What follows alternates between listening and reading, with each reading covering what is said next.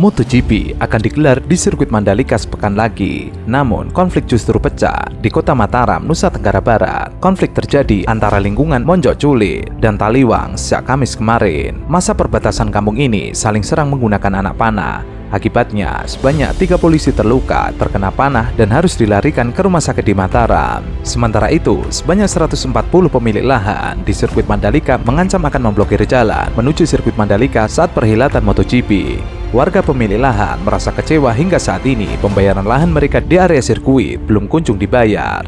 Mereka berencana melakukan aksi blokir jalan saat pelaksanaan event MotoGP seri ke-16 nanti. 140 orang pemilik lahan bersama ribuan masyarakat akan menggagalkan pelaksanaan MotoGP selama lahan mereka belum tuntas dibayar. Lahan seluas 60 are di HPL 88 atau di tikungan 3 sirkuit Mandalika mengaku muak dengan janji-janji pembayaran lunas, namun hingga saat ini tidak kunjung ditepati. Seluruh pemilik lahan bersama ahli waris masing-masing akan mengambil tindakan tegas dengan memblokir akses jalan yang menuju sirkuit Mandalika. Mereka tidak rela lahannya belum dibayar lunas digunakan untuk suatu apapun, lebih-lebih dimanfaatkan untuk memperkaya orang lain dari hasil gelaran MotoGP. Padahal mereka mengaku saat ini rutin membayar pajak lahan 60 are yang berada di HPL 88 yang telah dijadikan lintasan sirkuit Mandalika. Mereka mengatakan banyaknya kecelakaan maut yang selama ini terjadi di sirkuit Mandalika, terutama di tikungan 3, merupakan balasan doa para pemilik lahan yang terkabulkan. Ingat, doa-doa orang terdalimi akan dikabulkan. Karena itu, mereka berpesan kepada pembalap agar lebih hati-hati. Mereka juga bersurat terkait pembayaran lahan yang belum tuntas ke Komisi Pemberantasan Korupsi, Kapolri, Jaksa Agung, dan Presiden Jokowi. Sementara itu,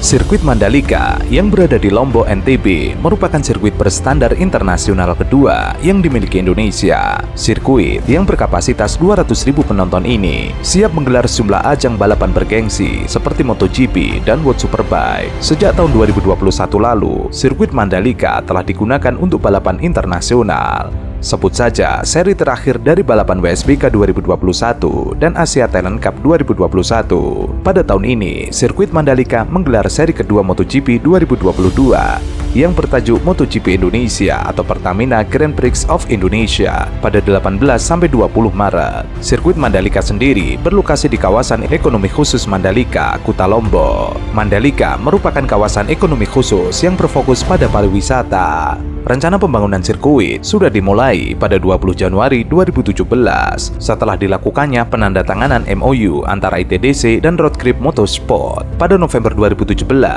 Vinci Green Contraction Project menandatangani kontrak pembangunan sirkuit Mandalika, di mana sirkuit akan mulai dibangun pada tahun 2018 dengan nilai investasi mencapai 500 juta dolar Amerika Serikat. Direktur ITDC, Ngurah Wirawan, mengatakan dana pembangunan sirkuit diperoleh dari pinjaman ASEAN Infrastructure Investment Bank secara bertahap sampai 2023. Selain itu, BUMN Minyak dan Gas Pertamina mengeluarkan dana sebesar 100 miliar rupiah untuk menjadi sponsor utama sirkuit Mandalika yang kontraknya berlaku sampai akhir 2022.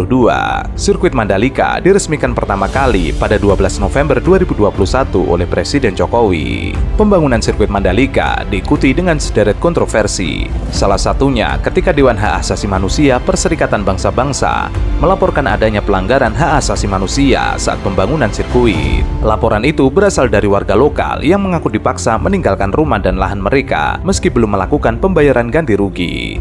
Jadi ini salah satu contoh praktek pencaplokan tanah ulayat oleh yang kami katakan mafia tanah. Kalau sudah menunjukkan objek sejengkal, saya tidak akan mempertahankan tanah ini. Sejengkal.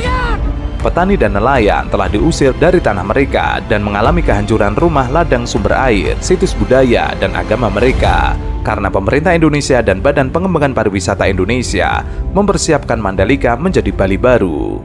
Waktu telah berlalu untuk sirkuit balap dan proyek infrastruktur pariwisata transnasional besar-besaran yang menguntungkan segelintir pelaku ekonomi daripada populasi secara keseluruhan. Namun, pemerintah membantah laporan itu dan menyebutnya sebagai narasi yang salah dan hiperbolis. Pemerintah juga telah berjanji akan transparan dan merekomendasikan pembayaran ganti rugi serta dialog antara warga dan ITDC. Sebelumnya, ini Pak Dirut harus memastikan agar sirkuit Mandalika itu tidak hanya kita harus meningkatkan event-event. Jadi event itu tidak hanya pada bulan Maret dan bulan Oktober. ya Pak Dirut ya. Kemudian juga kontrak daripada Mandalika ini untuk MotoGP ini kan 10 tahun ya Pak ya. 10 tahun, setahu saya 10 tahun. Nah, ini kan sementara investasi yang dilakukan ini adalah investasi jangka panjang. Nah, ini harus ada planning ke depan. What next? Ya kan, after 10 years ini seperti apa? Kalau enggak ini nanti jadi hambalang kedua, hambalang ketiga Pak. Tenaga ahli utama kantor staf kepresidenan, Helson Siagian mengatakan, pembangunan dan pengembangan sirkuit internasional Pertamina Mandalika atau sirkuit Mandalika di Nusa Tenggara Barat merupakan investasi jangka panjang untuk mewujudkan pembangunan yang merata dan Indonesia sentris. Hal itu disampaikannya menanggapi berbagai sorotan terhadap pembangunan sirkuit Mandalika yang meninggalkan utang 4,6 triliun rupiah. Pengembangan sirkuit sebagai sebuah terobosan yang disiapkan dengan penuh kehati-hatian untuk menumbuhkan pusat pariwisata baru, terutama di NTB. Hal ini salah satu bukti nyata komitmen Presiden Jokowi untuk memeratakan pembangunan di Indonesia. Helson menegaskan pemanfaatan sirkuit Mandalika sebagai tempat pagelaran balapan berskala internasional, yakni MotoGP, Moto2, Moto3, WSBK, dan ASEAN Talent Cup telah menciptakan multiplier efek yang besar dan berkelanjutan.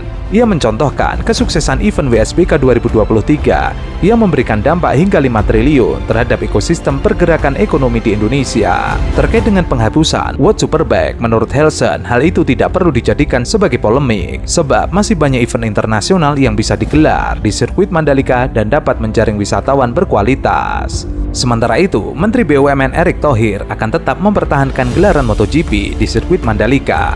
Meskipun penyelenggaraan balapan yang dihadiri para pembalap dunia tersebut membawa kerugian hingga 50 miliar rupiah. Penjelasannya waktu itu bahwa memang cash flow daripada injury sendiri sebagai catatan ada yang memang dalam posisi negatif pada saat COVID waktu itu. Di mana di situ kita bisa lihat pendapatan dari airport kita tentu dalam posisi negatif, tetapi tentu sebagai pelayanan masyarakat tidak mungkin airport di stop pada saat COVID, sehingga tetap kita jalankan. Tetapi juga ada konteks yang lain pada saat itu tentu dengan cash flow yang kita harapkan pengembangan daripada pengembangan wilayah Mandalika. Nah, salah satunya dana yang 1,2 triliun ini sebenarnya tidak hanya tadi memaksa daripada airport sendiri yang sekarang sudah recover ya, bahkan sudah ada yang lebih bagus, tetapi masih ada mungkin 70% airport yang belum recover ya, baru Bali, Jakarta yang bagus.